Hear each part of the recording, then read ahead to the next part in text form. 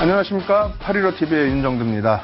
요즘 날씨 굉장히 뜨겁습니다. 이렇게 뜨거운 만큼 국내 증시도 활활 타올라야 되는데요. 글로벌 증시 신고점, 역사상 최고의 고점을 뚫고 있음에도 불구하고 국내 증시 상당히 눌려 있습니다. 이에 따라서 향후 방향성에 대해서 좀 의구심을 많이 갖는 분들 계시는데요. 윤정두의 Y 시간을 통해서 여러분들 궁금하신 내용 전부 풀어드리도록 하겠습니다. 오늘 늦은 시간이지만 끝까지 시청하셔서요. 좋은 정보 꼭 여러분들 것으로 만드시기 바랍니다.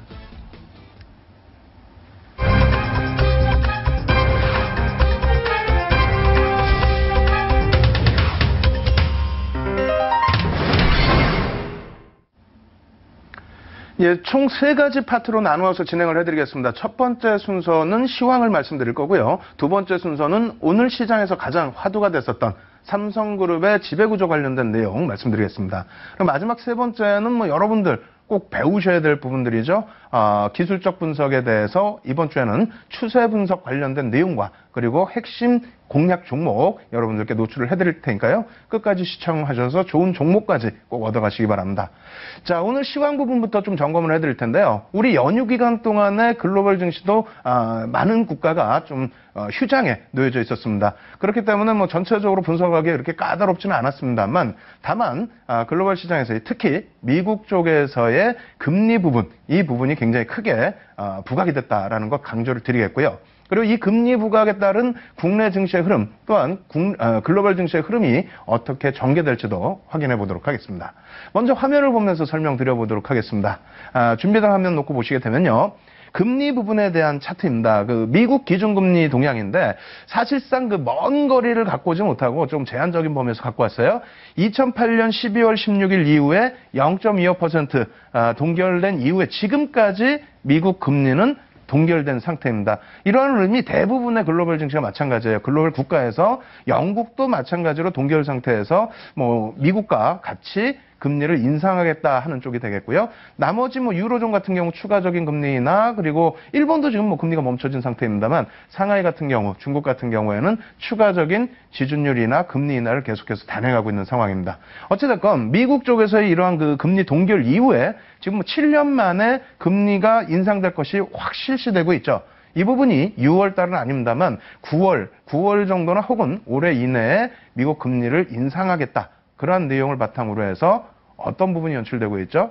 달러 부분입니다. 달러 부분에 강세가 연출되고 있는데, 자, 놓고 보시면은 달러 인덱스 일봉 차트예요. 일봉 차트인데 금리 부분에 대해서 어느 정도 미뤄질 수 있다라는 기대감을 가지고 고점 대비해서 일봉 놓고 보시면은 밀려 내려왔었죠. 이렇게 되면서 국내 원달러 환율도 다소 제한적인 범위에서 흘러갔는데 어찌됐건 최근 들어서의 반등이 나오고 있고 이 기조는 추세적으로 지속될 수 있다. 이 부분을 다시 또 월봉으로 놓고 보겠습니다.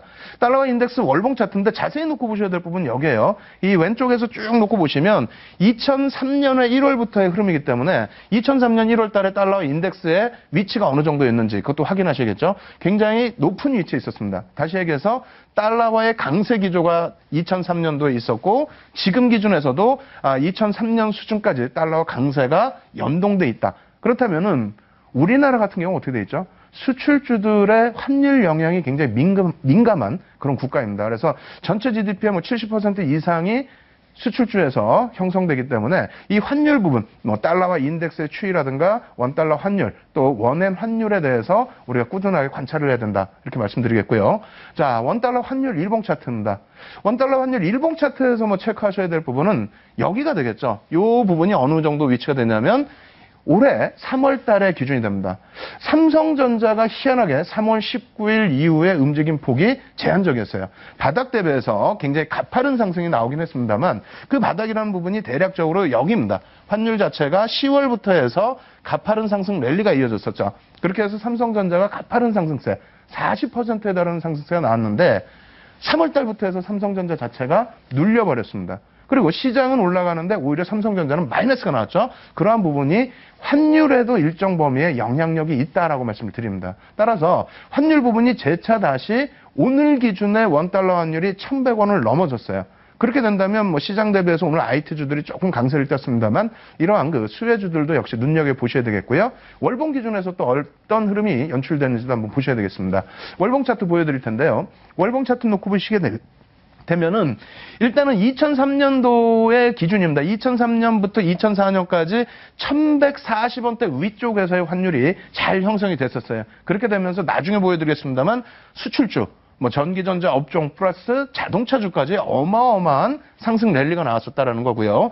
이 구간에서는 뭐 리먼 브라더스 사태가 터져 나왔기 때문에 사실 뭐 높게 올라간 환율이 무조건적으로 긍정적이다 이렇게 해석할 수는 없죠. 다만 밀려 내려와 있을 때 일정 범위가 또 방어가 되면서 수출주들 뭐 지난번의 기준에서 유가 부분의 상승 랠리를 바탕으로 화학과 정유 그리고 환율을 바탕으로 해서 자동차 그리고 삼성전자 역시도 탄력적인 상승이 나왔었습니다. 지금 기준에서 다시 놓고 보셔야 될 부분이 과연 이러한 그 환율, 원달러 환율 부분이 추세적으로 올라설 수 있을까? 그러니까 달러와의 강세 기조 속에 국내 시장의 흐름 같은 경우에도 어찌됐건 불황형 흑자라고 할지라도 무역 수지를 흑자를 계속 유지하고 있습니다. 그렇기 때문에 우리나라 원화도 일정 부분 강세를 띌 수 있는 위치입니다만 원체 달러와의 강세가 지속적으로 추세적으로 나타나줄 수 있기 때문에 이런 환율 부분은 뭐 상당히 긍정적으로 해석을 해볼 수가 있겠죠. 다만 한 가지 지금 뭐 시장에서 우려하는 부분은 이 정도 되겠어요. 원엔 환율의 일봉 차트인데 지금 엔화가 계속해서 약세를 띠다 보니까 이 부분에 대해서 우리나라 수출 업체들 굉장히 힘들지 않겠느냐라는 얘기가 나오고 있습니다. 하지만 제가 기존부터 해석해 드릴 때 어떤 해석을 해드렸어요? 이런 부분 한번 놓고 보셔야 됩니다. 원엔 환율 월봉 차트예요. 매일 보더라도 지겹지가 않으셔야 됩니다. 완전히 이제는 좀 여러분들께 각인이 돼야 될 그런 내용이 되는데 일단은 현재 기준 대비해서 이쪽의 기준이 2007년도예요. 2007년도 바닥을 찍을 때가 700엔대였다는 거죠. 다시 표현한다면 물론 2007년도에 그 원달러 환율도 900원 정도 형성이 됐었어요. 그렇게 되면서 수출주들이 굉장히 움직이지 못하는 뭐 삼성전자라든가 현대차라든가 시장 수익률에 겨우 턱걸이하는 정도 수준뿐이 움직이지 못했습니다. 다만 그렇다고 해서 시장이 붕괴됐느냐를 말씀드리는 거예요. 전혀 그렇지 않았다는 거죠. 2007년 초반에 환율 자체가 굉장히 무겁게 흘러갔음에도 불구하고 국내 증시는 상승 랠리가 굉장히 가파르게 나왔습니다. 1400포인트대에서부터 2000포인트를 돌파하는. 그렇기 때문에요. 현재 기준에서는 한쪽은 원달러 환율은 그나마 긍정적인 부분이 있죠. 그래서 원엔 환율에 대해서 조금 우려감이 있습니다만 여기에서는 조금 업종별로 차이점을 놓고 보면서 대응을 하자. 이렇게 말씀드립니다. 그러면 두 가지로 압축을 해드렸는데 하나는 금리였어요. 미국의 금리 부분의 인상 부분은 앞으로 뭐 지속된다라는 것은 여러분들이 더 잘 아실 거고 그 미국 금리의 인상 부분이 미치는 영향력 환율 부분, 달러와 인덱스의 강세 부분, 이 부분이 원달러 환율에 긍정적인 영향을 미칠 수 있다. 그렇게 된다면 당연히 수출주들에 대한 관심이 높아져야 된다라는 것을 말씀드립니다. 거기에 한 가지 더 있어요. 한 가지 더 놓고 보실 부분이 최근 들어서 유가라든가 또 CRB 상품 가격의 하락 부분이 어떠한 부분에서 해석이 나왔었죠? 그러니까 물론 뭐 음모론도 많습니다. 러시아 죽이기다부터 해서 뭐 여러 가지 음모론이 있습니다만 실질적인 내용을 놓고 보시게 되면은 사실상 그 달러와 인덱스의 강세 부분, 그러니까 달러와 자산 가치 그 달러화가 약세를 띠면서 결제 통화가 약세를 띠면서 유가가 올라갈 수밖에 없었던 그런 내용. 그리고 그러한 부분이 지속된 상태에서 이제는 금리 인상에 대한 언급이 2013년 말부터 나오고 그게 현실적으로 다가오다 보니까 어떻게 됩니까? 급격하게 상품 가격, CRB 일봉 차트인데요. 급격하게 상품 가격이 밀려 내려와 있었죠. 그리고 이러한 부분은 주봉 기준으로 놓고 보시더라도 추세적인 범위입니다. 한동안 좀 멈춰져 있는 구간에 놓여져 있었는데 그 이후 구간에서는 뭐 급격하게 하락이 되고 바닥 반등이 일부 나타나긴 했습니다만 이 부분은 크게 우려할 수준이 아닙니다. 거기에 WTI, 서부 텍사스 중진류 같은 경우도 놓고 보시면요. 일본 기준에서 급격한 하향 안정 추세. 그러고 나서 이제 반등이 나오다 보니까 60불 위쪽의 흐름이 강도 있게 나오는 것이 아니냐라는 그 의견들이 많습니다만 제 의견은 좀 반대예요. 제 의견은 오히려 뭐 급격한 흐름이 아니라면은 위로 올라서든 아래로 내려가든 뭐 정유 그리고 화학 그리고 항공업체들에 미치는 영향력은 제한적이다 이렇게 말씀드립니다. 그리고 오히려 뭐 이렇게 주봉 차트로 놓고 보시게 되면은 현재 위치가 가파른 상승으로 나타날 수 있는 범위는 아닙니다. 기술적인 부분에서의 반등 여력분이 되지 않는다. 그리고 또 한 가지는 요거죠. 최근 들어서 이제 뭐 크루드 오일 재고량 추이인데 서부 텍사스 중진류를 다르게 표현하는 부분이에요. 이 부분에 있어서 일본 기준으로 놓고 보시게 되면은 최근 일부 어떻게 됩니까? 재고량 자체가 일부 축소가 되면서 이 부분에 대한 우려감이 불거졌습니다만 일봉으로 놓고 보시더라도 추세 부분은 사상 최대치 추세가 이어지고 있다는 겁니다. 그리고 이 부분을 연도별로 놓고 보시게 되더라도 마찬가지예요. 지난 그 예전 과거 데이터부터 쭉 90년부터 놓고 보실 때 지금은 어떻게 됐습니까? 원유 재고량이 사상 최대치라는 얘기입니다. 원유 재고량이 사상 최대치이고 수요 부분이 중국이 지금 계속해서 금리를 인하하고 지준율을 인하하고 경기 부양을 하죠. 근데 경기가 살아나는 부분이 확인되지 못하고 있단 말입니다.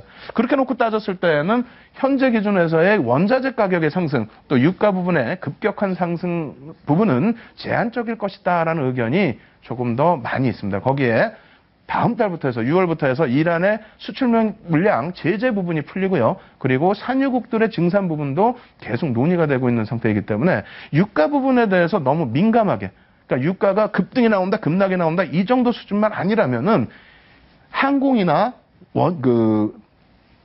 항공이나 화학, 정유업체들에 대한 미치는 영향력이 제한적이기 때문에 펀더멘털적인 부분으로 더 놓고 보자 이렇게 말씀드립니다.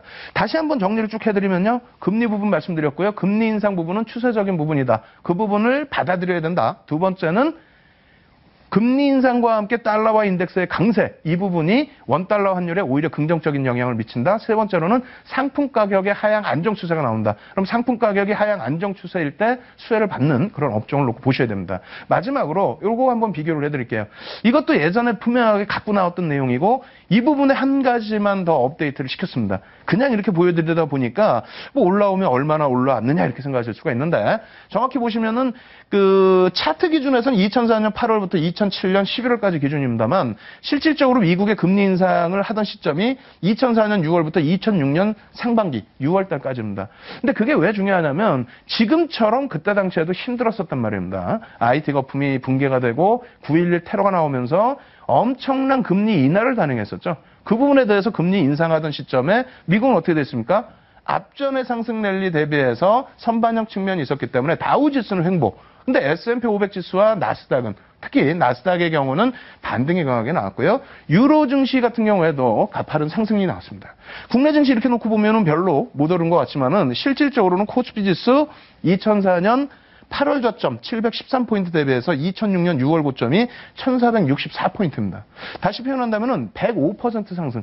시장 지수가 105% 상승이면은 지금 기준으로 따지면 4,000포인트까지 올라간다는 얘기예요. 다시 얘기해서 금리 부분의 인상 부분이 악재 요인이 아니었다라는 겁니다. 물론 과거랑 똑같은 흐름이 나올 수는 없다 할지라도 이러한 부분들 꼭 놓고 보시고요. 여기 한 가지 더 종목으로 우리나라 지수로 놓고 보시게 되면은 일단 이러한 흐름이 나오면 당연하게 지금쯤 국내 증시도 강력한 상승 랠리가 나와야 되지 않느냐. 이렇게 말씀하시는 경우가 있어요. 맞습니다. 맞습니다만 다만 국내 증시도 좀 제가 억지를 쓴다면은 나쁜 위치가 아니라는 겁니다. 수급 부분은 계속해서 설명을 드렸었고요. 그리고 오늘 부분은 과연 고점에서부터 얼마큼의 위치에 있길래 우리가 이만큼 눌려 있느냐. 이 부분이 추세적으로 안 좋은 것이냐. 아니면 6월부터 시세가 나올 수 있는 위치냐. 그 부분을 한번 해석해 드리겠습니다. 지금 차트 놓고 보시게 되면요. 선 하나에 동그라미 하나만 딱 그려놨어요. 사실은 이평선도 필요 없습니다. 원래는. 근데 이 부분을 놓고 보시면 한 가지만 생각하세요. 이 빨간색 위에 놓여져 있는 지수대가 2007년도 같은 경우에는 부딪히긴 하지만은 2100포인트거든요. 2100포인트 위쪽의 월봉 기준으로 안착해서 끝나질 못했습니다. 2007년도 정확히 보시면 가파른 상승 랠리 이후에 사실상의 오버슈팅 이후에 어떻게 됩니까? 2100포인트에 안착하지 못하고 2000포인트 위쪽으로 올라섰던 것도 2달 정도뿐이 없죠. 종가상으로는 한 달입니다. 한 달 올라섰고 결국은 미끄러져 내려왔죠. 다시 올라선 부분은 여러 가지 요인이 있겠습니다만 유동성의 힘이다. 워낙 화폐 자체가 원체 풀리다 보니까 화폐의 가치의 하락과 함께 일단 시장의 재평가 부분이 진행된 거고요. 그와 함께 움직였던 범위가 2100포인트 위쪽인데 월봉 기준의 종가상 2100포인트 위에 안착된 것은 역시 한 달뿐이 없어요. 2011년 4월입니다. 그렇다면 지금 기준은 어떻게 됩니까? 2100포인트 위쪽으로 안착이 돼서 마감이 됐던 부분이 4월 달에 어찌됐건 마감이 됐고요. 5월 달 기준에서도 2100포인트 위에서 마무리가 되려고 하고 있어요. 그러면 종가 기준에 가장 높았던 시점이 2011년 4월인데 그때 2190포인트대입니다. 지금 2180포인트대까지 움직임이 나왔죠. 그리고 2달 연속 2100포인트 위에서 움직이고요. 수급 부분은 이때 당시 대비해서 지금의 수급이 오히려 월등히 더 강하게 들어오고 있습니다. 거기에 외국인과 연기금의 쌍끌이 매수를 감안을 한다면 절대 지금 위치는 어려운 위치가 아니다. 6월부터를 기준을 잡아야 된다. 그럼 6월에 이 구간을 뚫고 올라갈 수 있는 업종이 부각돼야 되겠죠. 3월 중순 이후에 4월, 5월 지금까지 진행될 때 어떻게 되어 있습니까? 실질적으로 시장의 수익률 게임은 진행됐습니다만 업종 기준에서 대장 업종이 부각되지 못하니까 지수가 눌려져 있죠. 지수가 눌려져 있다 보니까 공평한 수익률이 나오는 게 아니라 일정 범위에서의 수익률 게임만 진행이 됐었다는 겁니다. 그래서 오늘은 좀 특이하게 시황 부분에서 종목도 같이 언급을 드립니다. 이 종목을 언급드릴 때 잘 보시고요. 이 종목분들을 꼭 편입하셔야 된다라는 것을 기준점을 좀 세우시기 바랍니다. 첫 번째 종목은요. 삼성전자예요. 이거 말씀드리면 또 화내시고 짜증내시고 왜 자꾸 이런 것만 갖고 오냐라고 말씀하실 수 있는데 실질적으로 놓고 보시면 삼성전자 바보 같다 못 간다 막 화를 내고 하셨지만은 결론적으로 10월 저점 대비해서 시장 대비해서는 상승 랠리가 월등하게 나온 상태입니다. 고점까지는 40% 상승이었고요. 조정폭 나온 부분이 적절하게 잘 눌려진 이후에 돌려지고 있다는 거죠. 그리고 이 앞부분을 놓고 보세요. 삼성전자의 2003년도의 흐름입니다. 다시 얘기해서 금리 인상이 아니고 원달러 환율이죠. 죄송합니다. 원달러 환율 부분이 긍정적으로 형성이 돼 있을 때 기준입니다. 원달러 환율 기준은 이쪽에 나와 있는데요. 2003년 2월부터 2004년 3월까지 1140원에서부터 1264원까지 이렇게 형성이 됐고요. 지금 현재 1100원 수준이지만은 올해 3월 기점에 1130원까지 형성이 됐었죠. 그러한 부분이 일정 범위만 연동이 된다라고 한다면 시장이 83% 상승할 때 수출주, 전기전자 업적 삼성전자는 얼마요? 145% 상승을 했다는 겁니다. 거기에 뭐 현대차 같은 수출주도 당연히 200%대 상승이 나왔는데 지금은 이제 원달러 환율 중에서 원엔 환율은 좀 배제를 해야 되니까 원달러 환율 기준에서의 IT주를 좀 더 놓고 보자. 거기에서는 삼성전자가 움직임을 줘야만 시장도 고점을 뚫을 수 있고 전체적인 시장 수익률이 나온다. 거기에 주도 업종이기 때문에 분명하게 시장 수익률을 넘을 수 있다라고 말씀을 드리겠습니다. 두 번째 종목은 신한지주예요. 그전에도 이제 갖고 왔습니다만 이 종목도 또 갖고 오면은 야 어떻게 맨날 이런 종목만 주냐라고 하실 텐데 신한지주도 뭐 시가총액 20조죠. 다만 오늘 삼성그룹 지배 구조 관련해서 종목군들 시가총액 20조짜리 종목군들 상한가 들어가 버리죠. 전혀 부담되지 않습니다. 실질적으로 금리 인상 시점에 신한지주의 흐름이 굉장히 강도 있게 움직임이 나왔다라는 부분을 설명드렸고요. 차트 뭐 기존에 한번 보여드렸던 내용인데 다시 한번 보시게 되면은 신한지주 부분도 마찬가지예요. 검은색 원을 쳐드린 부분, 저 부분이 금리 인상이 있었던 시기입니다. 저 때가 시장 주도력을 가져가던 시점이고 나머지 부분은 시장 수익률 정도인데 그때 당시에 그 시장 대비 상승률 시장은 80% 정도 상승이 나왔고요. 그리고 신한지주는 230%. 다시 표현한다면은 지금 기준에서 하락 추세에 눌려져 있는 부분이긴 합니다만 재차 뚫고 올라가 줄 수 있다. 그렇게 된다라면은 지금부터 해서 시장 상승 랠리가 나오는 기준 대비해서 최소 1.5배에서 2.5배의 상승 랠리가 나올 수 있는 것이 어디요? 금융주라는 겁니다. 그렇게 해서 뭐 두 종목 보여드리면 으악 소리 나오기 때문에 마지막으로 한 종목 더 보여드립니다. 지금 이 종목 같은 경우에는 시장 주도 업종입니다. 주도 업종인데 오늘 11시에 제가 바로 815TV를 통해서 무료 교육 방송 진행을 해드릴 거예요. 그래서 이 종목 같은 경우 시가총액이 좀 작습니다. 2조 미만이기 때문에 시가총액이 뭐 작다 표현을 할 텐데 요즘은 뭐 1조, 2조짜리 종목도 상한가 금방금방 나오죠. 어찌됐건 시장 주도 업종으로서 바닥권의 일봉 차트인데요. 패턴 배우셨죠? 캔들 배우셨습니다. 캔들 기준에서 샛별형이 발생되면 어떻게 된다? 강력한 시세가 나올 수 있는 위치가 된다. 그렇다면 일봉으로 이렇게 나왔는데 같은 종목입니다. 같은 종목의 주봉 차트 놓고 보시면 어떻게 됩니까? 바닥에서 윤정도 제일 좋아한다는 망치형이 떴어요. 이것만이 있는 것이 아니고 세 번째 월봉으로도 놓고 보시게 되면은 바닥에서부터 급등이 나온 이후에 일단은 여러 가지 단기약재 때문에 조정폭을 줬습니다만 이 부분은 적절한 조정이 되겠죠. 상승 랠리 이후에 절반 조정 거기에 강력한 망치형 월봉 기준입니다. 이렇게 된다면 6월부터 해서의 시세 부분은 굉장히 강화될 수 있다. 왜? 시장 주도력을 갖고 가고 있기 때문에 고점 대비 조정은 나왔습니다만 저점 대비해서는 여전히 시장 대비 상승 랠리가 강하게 나와 있는 종목이라는 겁니다. 외국인과 연기금의 쌍끌이 매집이 진행되어 있는 종목이기 때문에 이 종목 오늘 11시에 꼭 들으셔가지고요. 여러분들이 교육도 받으시고 캔들 교육도 받으시고 시황도 확인하시고 또 종목으로서 이러한 패턴의 종목분들이 어떻게 움직일지도 직접 확인하셔야 되겠습니다. 그래서 시황 부분은 오늘 이만큼 해서 마무리를 해드리겠습니다.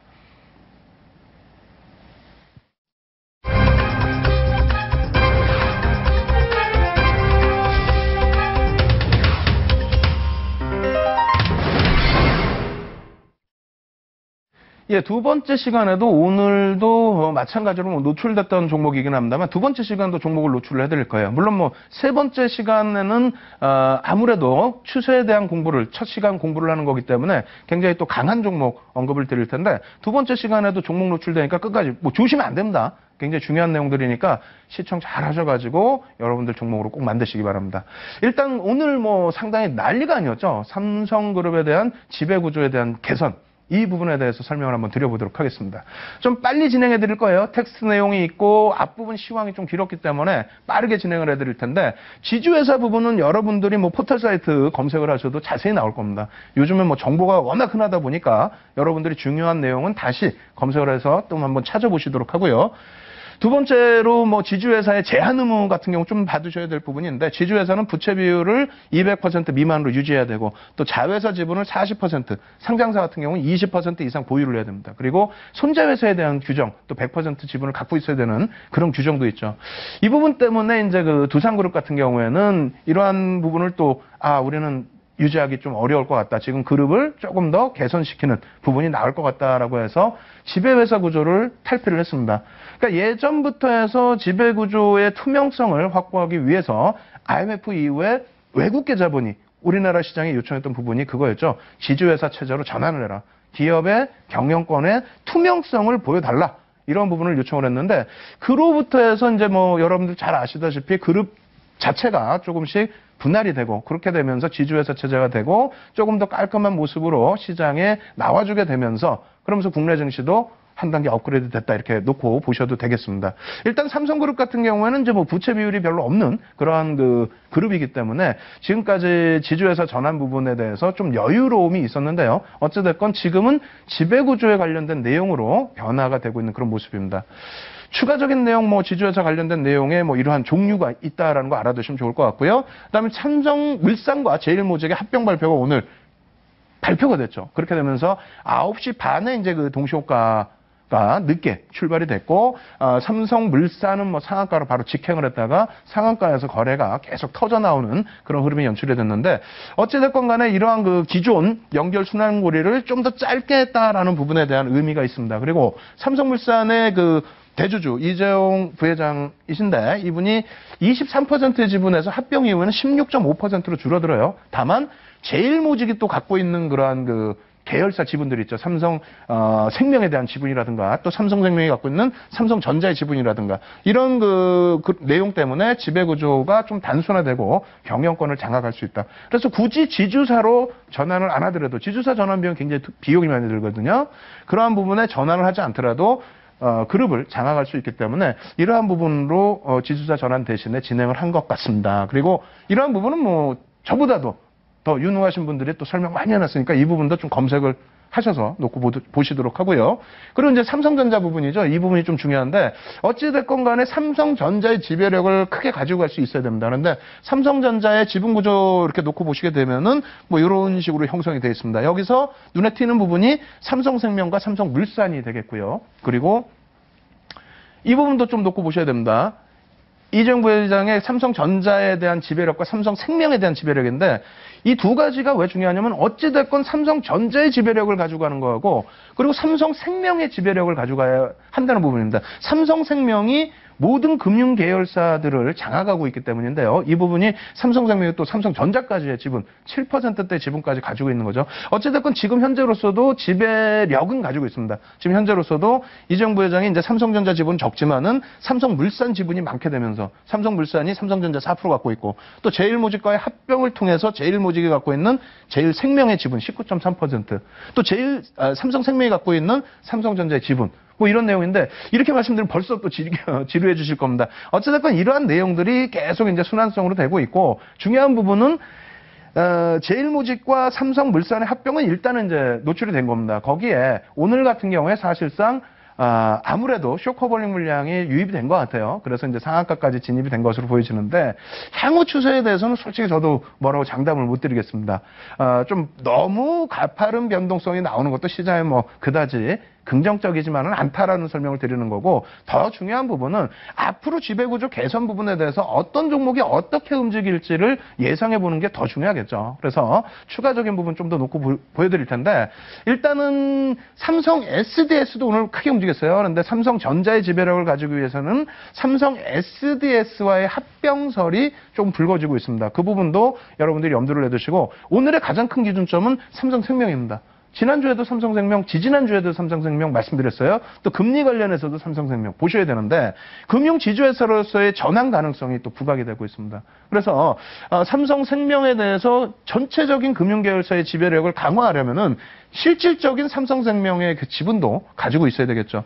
현재로서는 이건희 회장님이 20.76%를 가지고 있습니다. 그게 이제 최대 지분인데, 이 부분을 어찌됐건 가지고 오는 수순이 진행될 것으로 예상이 되고 있어요. 그렇다면은 삼성생명 부분도 두 가지 재료 요인을 볼 수 있죠. 첫 번째로는 미국의 금리 인상, 그에 따른 우리나라의 금리 변화, 이러한 부분을 예측할 수 있는 부분이 있고, 또 한 가지는 삼성그룹의 지주회사로서의 전환 혹은 지배구조에 대한 지배력을 좀 더 강화하는 부분에서의 수급 개선폭, 이런 부분을 또 놓고 보실 수가 있습니다. 그래서 삼성생명 같은 경우에도 벌써 이미 진행 단계에 있습니다. 지난번에 보여드렸다시피 신세계가 가지고 있는, 신세계와 이마트가 가지고 있는 이 물량을 얼마예요? 109,200원에 블록딜로 넘겼습니다.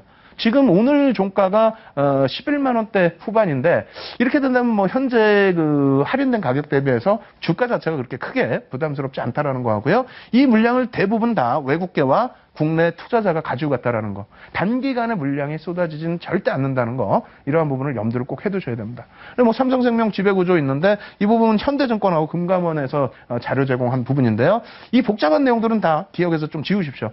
다시 정리를 해드린다면, 제일모직과 삼성물산의 합병 부분은 노출이 됐고, 그 이후의 흐름은 기관 투자가와 외국인 투자자들에서 시세의 흐름이 나올 거고요. 그 이후에 이제 추가적으로 남아있는 부분이 삼성전자와 삼성 SDS의 합병이 있을 것이냐. 그리고 삼성생명은 어찌됐건 지배구조는 바뀌어야 된다. 바뀌어야 되기 때문에 삼성생명의 지주사 전환 혹은 지배구조의 변천 과정, 이러한 부분에 조금 더 신경을 쓰셔야 된다, 이렇게 마무리를 해드립니다. 그러고 나서 이제 제일모직하고 매매 동향 부분 좀 더 놓고 설명을 드릴 텐데, 내일부터 굉장히 중요한 부분이에요. 시장이 오늘도 사실상은 많이 왜곡된 부분이 있는데요. 제일모직의 시가총액이 25조입니다. 25조고, 오늘 외국인이 제일모직을 175억 샀고, 기관이 747억을 샀습니다. 그리고 삼성물산에 대해서는 약 10조 정도 시가총액이고요. 57억 외국인 매수에 기관이 470억 매수가 됩니다. 그리고 마지막으로 이제 삼성 SDS예요. 시가총액 21조입니다. 세 개를 합치면 55조예요. 55조면은 시장 지배력 자체가 4% 정도 수준이 됩니다. 두 종목이 상한가 들어가고 한 종목이 오늘 7% 수준 올랐기 때문에 이 세 종목에서 지수 견인한 폭이 10포인트가 넘는다는 겁니다. 10포인트 수준, 10포인트 넘는 수준, 이 정도기 때문에 여기서 등락이 많이 나오게 되면은 시장 자체가 상당히 왜곡이 될 수 있죠. 거기에 오늘 외국인들은 관망이었습니다. 소폭의 매도, 100억 수준의 매도인데, 이쪽 세 종목의 매수가 이렇게 집중되다 보니까 오히려 다른 종목에는 매도가 형성이 됐죠. 기관도 역시 마찬가지고요. 그래서 내일부터는 아무래도 이 종목군들의 변동성이 확대되면 안 된다, 이렇게 놓고 보시고, 말씀드린 삼성생명 부분을 조금 더 집중해서 설명을 드리겠습니다. 삼성생명 조금 더 관심 있게 보셔야 되는데, 일단은 16회 5월 12일 날 이 종목을 가지고 나와서 말씀을 드렸어요. 이 차트 그림이 이 차트입니다. 그리고 야간 공개 방송에서도 다시 한 차례 언급을 드리면서 여기서의 패턴이 어떻게 진행이 될까요? 이러한 부분에서는 관심을 가지셔야 됩니다. 금리 인상에 대한 수혜 부분입니다, 이렇게 말씀드렸는데, 결과적으로 그 다음날 급등의 흐름이 나왔고, 그 이후에 신세계와 이마트의 지분 블록들이 있었죠. 거기에 이제 조정이 나왔는데, 결과적으로 오늘 또다시 장중에 저가까지 밀렸다가 마이너스권까지 밀렸다가 플러스권으로 돌리면서 마무리됐어요. 그러한 흐름은 당연히 이제 수급이 뒷받침되면서의 흐름이고요. 등락률은 이 정도입니다. 제한적이에요. 이 종목도 시가총액이 20조가 넘기 때문에 쉽게 가볍게 움직이는 종목은 아닙니다만, 추후의 흐름에 있어서는 어떻게 된다고요? 한번 보여드리도록 하겠습니다. 오늘까지의 일봉 차트의 기준인데요. 잘 보세요. 지금부터 캔들 여러분들 배우셨죠? 첫 번째 일봉입니다. 어떻게 됐습니까? 바닥권에서 어찌됐건 간에 상승 잉태 확인형, 신뢰도 3개짜리 별 3개짜리에 상승 잉태 확인형이 뜬 거고요. 그리고 공부하신 분들은 아시겠습니다만, 복습 열심히 하신 분들은 아시겠습니다만, 저 구간에서라면은 매수 구간이 지금 놓쳐졌어요. 지금 현재는 매수 구간이 아닙니다. 그리고 상승 장악 확인형이 지금 또 떠있죠. 근데 이 기준에서도 일본 기준인데 조금 망설여지시는 분들이 분명히 계실 겁니다. 그래서 주봉도 한번 가지고 나왔습니다. 주봉 같은 경우에도 상승 장악형이 떴고요. 이렇게 된다면 바닥 시세 부분이 지속될 수 있다는 게 일본과 주봉에서 확인이 됐다라는 거죠. 그리고 여기서도 공부를 저와 함께 자세히 하셨던 분들은 매수 구간을 지금 놓쳤는데 어떻게 할 것이냐라는 질문을 당연히 하셔야 돼요. 그래서 마지막으로 월봉을 보여드리는데 월봉은 거래량까지 좀 보여드립니다. 거래량이 대량 거래량이 수반이 됐습니다. 대량 거래량이 수반이 되고 바닥권에서 상승 장악형 확인 이후에 상승 장악 확인형이 떴다라는 거예요. 그럼 제일 중요한 게 뭐라 그랬어요? 어느 구간에서 매수를 할 것이냐가 제일 중요한데 이 부분은 교육을 통해서 지금까지 진행을 해드렸고 복습 부분은 11시에 무료 교육 방송을 통해서 815TV를 통해서 매수 구간이나 목표 라인 부분을 설정을 해서 여러분들께 말씀을 드리겠습니다. 따라서 이 종목은 Y를 통해서 오늘의 경우에는 삼성그룹의 지배구조 개선 관련된 내용 시장을 크게 뒤흔들어 놨는데 그 앞부분의 내용은 여러분들이 검색해서 보셔도 충분할 것 같고요. 뒤에 SDS와 삼성전자의 합병이라든가 삼성생명 아직까지 크게 부각되지 않았습니다만 금융계열사의 지주사 전환 혹은 지배구조 개선 이 부분도 꼭 신경을 쓰셔야 되고 삼성생명에 대한 여러분들의 분석도 굉장히 중요한 위치다라고 설명을 드리면서 두 번째 시간 마무리 지어드리도록 하겠습니다.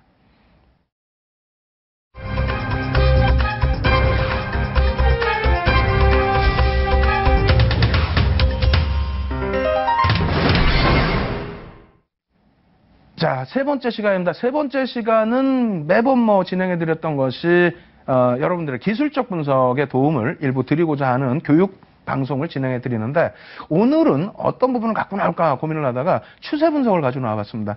일단 화면을 통해서 뭐랄까요, 표를 통해서 놓고 보면서 전체적인 기술적 분석 설명을 한번 드려볼 텐데요. 이렇게 놓고 보시면은 기술적 분석의 큰 틀의 종류입니다. 큰 틀의 종류는 여러 가지가 있는데 첫 번째로는 추세 분석이 있고 그리고 패턴 분석이 있고요. 그리고 지표 분석, 시장 구조 이론 이렇게 크게는 나뉘어지고 있습니다. 그래서 여기서 보시면 추세 분석은 우리가 배웠죠. 배운 부분이 이동평균선. 그리고 이동평균선보다 이제 기본이 되는 것이 저항선과 지지선인데 이번 주부터 해서는 저항선, 지지선 그리고 추세선 이러한 부분들을 공부를 해나갈 겁니다. 그리고 패턴 분석은 서양식 패턴 분석. 그러니까 헤드앤숄더형 이런 부분이 서양식 패턴 분석의 기준이 되겠고요. 쌍바닥을 찍었다, W자 패턴 이러한 부분이 서양식 패턴 부분인데 추후에 다시 공부를 해드리도록 하고요. 일본식 캔들 부분은 우리가 두 번째 파트에서 좀 배웠죠. 그래서 이 부분 일단은 공부를 했고 그리고 지표 분석 주가 수급 부분은 맨 앞부분에 우리가 했습니다. 주도주들에 대한 공략 그리고 보조 지표는 맨 뒷부분에 이제 우리가 정리를 해드릴 텐데 일단은 시장 구조 이론에도 보조 지표가 많이 포함되어 있어요. 엘리어트 파동 이론, 일목균형표, 개인 이론 여러 가지가 있습니다만 일단 기술적 분석의 가장 기초적인 부분은 추세 분석 쪽에서 여러분들이 좀 놓고 찾으셔야 된다라고 말씀을 드리도록 하겠습니다. 그리고 이러한 부분에 대해서 이제 표를 또 많이 준비했는데 이러한 부분 표는 좀 빠르게 넘어가면서 설명을 드릴게요. 추세란 어떤 것이냐 사전적인 의미 여러분들이 한번 읽어보시고요. 근데 다만 추세라는 것이 뭐죠? 한번 방향성을 쭉 뻗게 되면은 관성의 법칙에 의해서 쭉 뻗어간다는 그런 흐름입니다. 그래서 이 추세를 한번 잘 타게 되면 하락 추세를 타면 큰일 나겠죠? 상승 추세를 잘 타게 되면 여러분들의 수익률은 극대화할 수 있다. 이렇게 말씀드리겠고요. 추세 분석의 종류에는 말씀드린 지지선, 저항선, 추세선, 이평선 이렇게 했는데 이평선은 배웠죠? 추가적으로 갭, 반전일, 되돌림이 있습니다. 이 부분에 있어서 이제 그 손절을 단행할 때에도 투매보다는 되돌림 이러한 부분을 좀 놓고 보시는 게 좋고요. 갭 부분은 시세의 강력한 분출 이러한 부분에 단기 공략 기준에서의 시세 강력한 분출을 원하실 경우에는 갭이 나오는 종목군들 공략하시는 것도 굉장히 중요합니다. 이 부분은 예전에 이제 그 CNS 자산관리라는 종목을 통해서 5,000원대에서부터 9,000원대까지 주가 흐름이 나왔던 범위에서 설명을 드렸던 내용인데 향후에도 갭 부분은 자세하게 또 설명을 드리겠습니다. 지지선부터 짧게 한번 설명을 드리고 실전 차트 보여드리면서 또 설명을 드릴게요. 일단 지지선이란 어떤 걸까요? 이러한 그 사전적인 내용들이 쭉 있습니다. 이것도 자료를 여러분들이 다운 받으셔서 차분하게 보시는 게 오히려 나을 것 같아요. 뭐 하나하나 설명드려봐야 지루하기만 할 것 같고요. 그림으로 오히려 보시는 것이 좀 더 나을 것 같습니다. 그리고 저항선이라는 부분도 마찬가지가 되고요. 그리고 지지선과 저항선 분석을 하는 이유, 이것은 뭐 당연히 목표 주가 설정 가능하기 위해서, 그리고 추세가 지속될 것이냐 아니면 추세가 반전될 것이냐. 그러니까 저항선을 뚫고 가면은 추세가 반전이 되는 거죠. 뚫고 올라가는 거죠. 그리고 거기서 막혀버린다면은 추세가 그 박스권에서 지속되는 걸 거고요. 이러한 흐름을 파악하기 위해서고 포트폴리오를 구성하기 위해서다. 이렇게 놓고 보시면 되겠습니다. 자, 이제부터 그림 보면서 설명을 드릴게요. 여러분들 뭐 다 아시는 내용이기 때문에 야, 이렇게 쉬운 거를 무슨 교육이라고 하느냐라고 생각하실 수 있는데 조금 이따 이제 실전 종목 놓고 보시면 또 막상 그렇지가 않아요. 그리고 여러분들이 이 그림은 자율적으로 그릴 수가 있으십니다.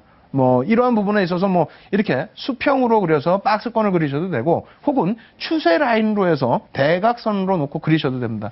그러한 부분은 뭐 추세선 그리는 방법은 나중에 좀 더 자세히 설명을 드리겠고요. 1차적으로 저항선과 지지선에 대한 설명인데 뭐 가장 기초적인 부분이다 할지라도 굉장히 좀 심도 있게 공부를 하셔야 됩니다.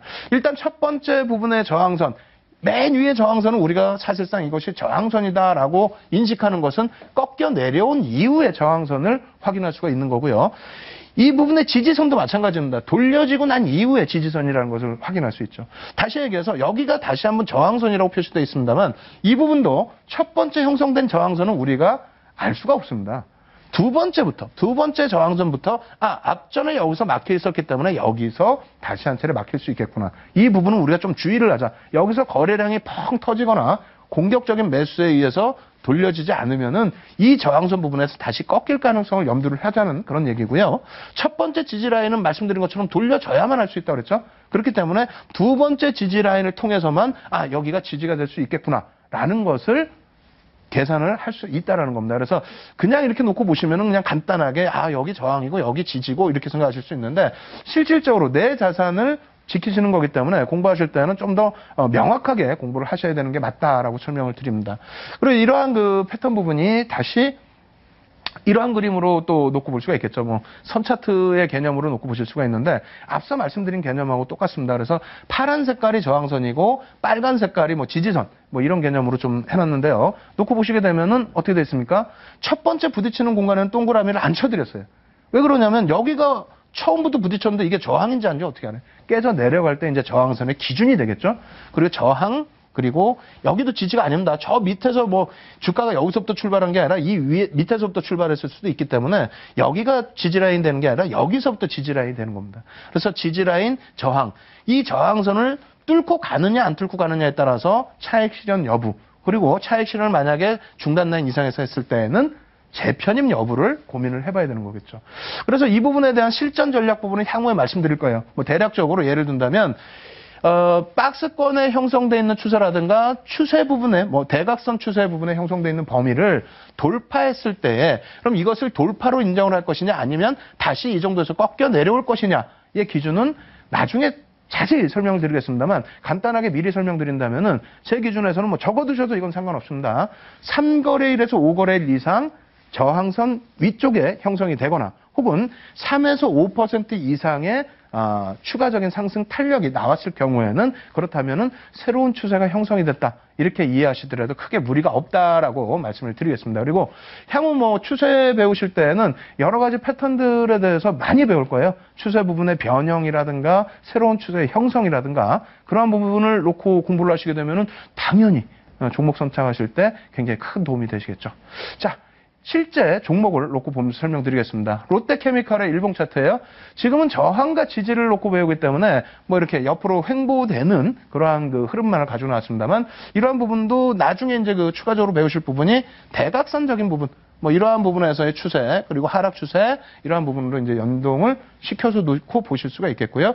첫 번째 부분에 여기는 뭐 동그라미 쳐드렸습니다만 바로 옆에 바닥 찍고 이제 쌍바닥 찍고 저항을 받고 이제 돌려지는 흐름들 그러한 흐름 속에서의 매수 매도 구간을 설정할 수 있다. 다만 이러한 부분이 앞서 말씀드린 것처럼 그냥 기존에 우리가 흘러온 것처럼 생각을 하면은 굉장히 간단하고 쉬운 범위에 놓여져 있는 것처럼 생각이 듭니다만 결코 그렇지 않습니다. 그래서 여기서는 다소 애매모호한 구간으로 형성될 수도 있어요. 아까 말씀드린 것처럼 3에서 5거래일 동안 그 위에 있었기 때문에 추세가 새로운 것이 아니냐. 그거 한 가지 하고요. 그리고 두 번째로는 3에서 5% 위쪽에 놓여져 있으면 새로운 추세가 형성되는 것이 아니냐라는 부분을 놓고 봐야 되는데 일단은 그 추세 라인이 깨지게 되면서의 흐름. 그렇게 된다면 어떤 것이 또 기준점이 될까요? 일단은 우리가 배웠던 이평선의 기준이라든가 또 아직 완전하게 배우지 못했던 거래량의 부분. 이러한 부분으로도 놓고 볼 수 있다. 이렇게 설명을 드립니다. 따라서 일단 저항선 지지선에 대해서는 뭐 야간 그 무료 교육방송에서 자세히 또 설명을 드리겠습니다만 전체적인 그 저항 지지 라인이 이렇게 좀 있다라는 거 하고 그리고 또 한 가지는 이러한 부분이 좀 빠른 매매다라고 생각하시는 분들의 경우에는 수평의 박스 흐름 말고 추세적인 부분, 기울기에 대한 부분을 같이 놓고 보시면서 대응하실 수 있다 이렇게 설명을 드립니다. 그리고 두 번째 종목 총 4종목을 보여드릴 텐데 현대글로브스의 일봉 차트입니다.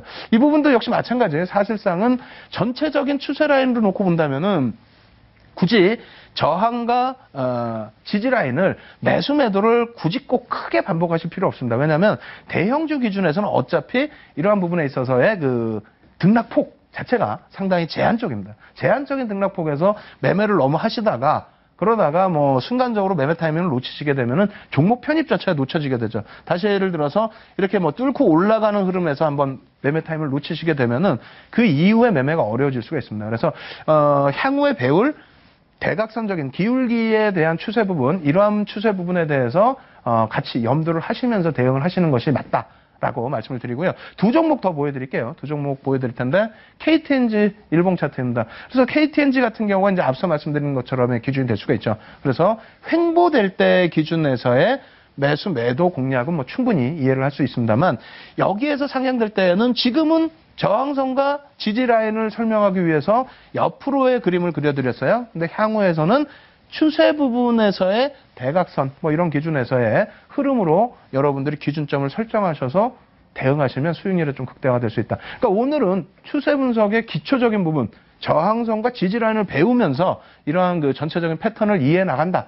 여기까지만 생각을 하시면 될 것 같아요. 그리고 마지막으로 한 종목 더 보여드리는데 SK CNC 일봉 차트도 마찬가지죠. 앞서 보신 우리가 횡보 라인에서의 지지 저항과 지금 같은 패턴 같은 경우 횡보 지지 라인에서 한 템포를 놓치시게 되고 그리고 강력하게 이러한 저항 라인을 뚫고 올라가게 되는 경우 이런 경우에는 수익률을 극대화하기 어려우시죠. 그렇기 때문에 이러한 기준에서 놓고 보실 때는 다음 주부터 또 진행될 추세 부분에 대해서도 굉장히 여러분들이 집중을 하셔야 된다. 그래서 오늘 기준에서는 뭐 계속 말씀드리지만 뭐 11시에 815TV를 통해서 무료 교육 방송 때 이 지지 저항 부분을 더 강력하게 말씀드릴 거고 이렇게까지만 말씀드리면 여러분들이 좀 어려우신 부분이 있지 않습니까? 지금까지 졸리신 눈을 부비면서 야 마지막에 어떤 종목이 나오길래 이렇게 강조를 했느냐라고 말씀을 하실 수 있을 텐데 그 부분에 대해서 조금 앞선 종목 대비해서는 거래량이 좀 월등히 터져 있어요. 그리고 변동성 자체가 굉장히 커져 있습니다. 그렇기 때문에 일정 부분의 리스크는 있긴 있습니다만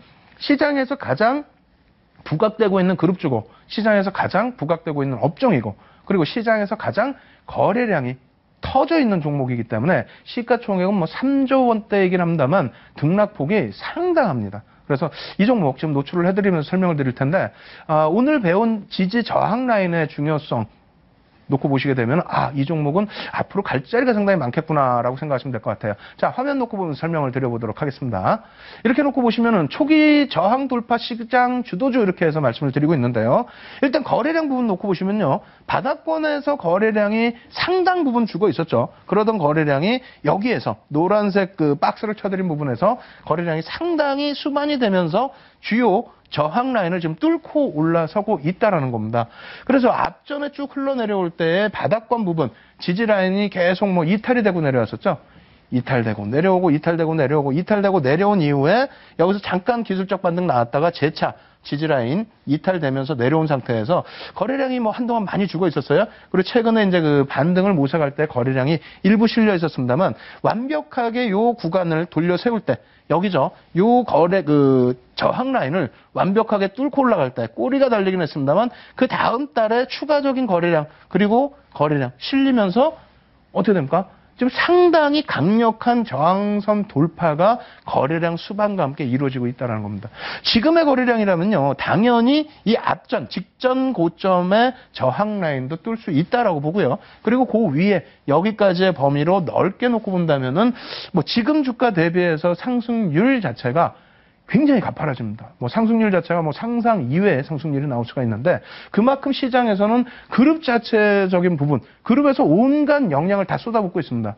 쏟아붓고 있고요. 뭐 그룹 자체가 지금 뭐 한 단계 또 올라서서 전체적으로 놓고 볼 때 10위 안, 9위까지 지금 순위가 올라와 있는 것으로 추정이 되는데 그 핵심 역량, 그룹의 핵심 역량을 전부 쏟아붓고 있는 거고요. 그리고 수급. 지금처럼 거래량 부분에 외국인과 기관의 쌍끌이 매수가 어마어마합니다. 거기에 물론 쇼커버링 물량이 일부 유입되고 있습니다만 그러한 물량 자체가 굉장히 공격적으로 유입되고 있고요. 거기에 새롭게 시장에서 다시 각광받고 있는 업종인데다가 정부 쪽에서 지금 또다시 언급을 하고 있죠. 차후 차세대에 집중적으로 육성해야 될 업황. 이쪽에 대해서 수혜를 받을 수 있는 종목입니다. 오늘 11시 부분에 꼭 이 종목 놓고 보시고요. 이 종목뿐만 아니라 이제 마지막으로 앞서 보여드린 종목군들 다시 한번 점검을 해드리면 이 종목이죠. 금리 부분의 인상, 원달러 환율의 안정적인 흐름, 그리고 그에 따른 원자재 가격의 하락, 이런 부분에 수혜를 받을 수 있는 시장 주도 업종입니다. 역시 마찬가지로 바닥권 일봉 차트의 샛별형, 그리고 같은 종목입니다. 주봉 차트의 망치형, 그리고 같은 종목이에요. 월봉 차트에서의 흐름. 지금은 이제 마지막, 5월 마지막이기 때문에 꼭 편입을 해두셔야만 6월 달에 본격 시세 가져갈 수 있다. 이렇게 말씀드리겠고, 종목군들이 노출이 안 돼서 야간에 11시에 무료 방송 참여하기 힘든데, 그럼 어떻게 하느냐? 다시 보여드릴게요. 삼성전자 부분. 어떻게 하셔야 된다고요? 편입하셔야 되는 기준입니다. 자신감 가지셔야 될 위치이고, 삼성전자가 고점을 뚫지 못한다면은 국내 증시의 고점 뚫는다는 것은 거의 조금 지금 현재 상태에서는 좀 불가능하다라고 단언을 해드립니다. 거기에 금리 인상 부분의 가장 큰 수혜, 신한지주뿐만 아니라 금융지주사 이렇게 같이 놓고 보셔야 된다 말씀드렸고요. 플러스에서는 삼성생명 부분까지도 여러분들이 꼭 염두를 해두셔야 됩니다. 아시겠죠? 그렇게 해서 오늘 전체적인 강의 내용 말씀드리는데 여기에 한 가지 꼭 질문 나오는 부분들이 있어요. 금융주들 그렇게 좋다 하면서 그러면 한 가지, 증권은 왜 언급을 잘 안 하느냐? 증권도 좋습니다. 다만 오늘 증권주 상당히 좀 조정을 받았는데요. 금리 인상 때문에 채권 가격에 대한 우려감이 또 나왔어요. 채권 가격의 우려감. 한 번에 움직이지 않는다 그랬죠. 그 부분에 대해서 16강에서 말씀을 드렸는데 그 복습 부분도 무료 공개 방송 통해서 진행을 해드리도록 하겠습니다. 오늘은 중요한 내용 굉장히 많으니까 11시에 815TV에 무료 공개 교육 방송 꼭 참여하셔서 여러분들 지식 꼭 여러분들 걸로 만드시기 바라겠고요. 그리고 저는 다음 주에 매주 화요일마다 여러분 찾아뵙고 있죠. 다음 주에 여러분들 또 9시 만에 찾아뵙고 더 좋은 내용으로 인사드리도록 하겠습니다. 지금까지 윤정도의 Y의 윤정도였습니다.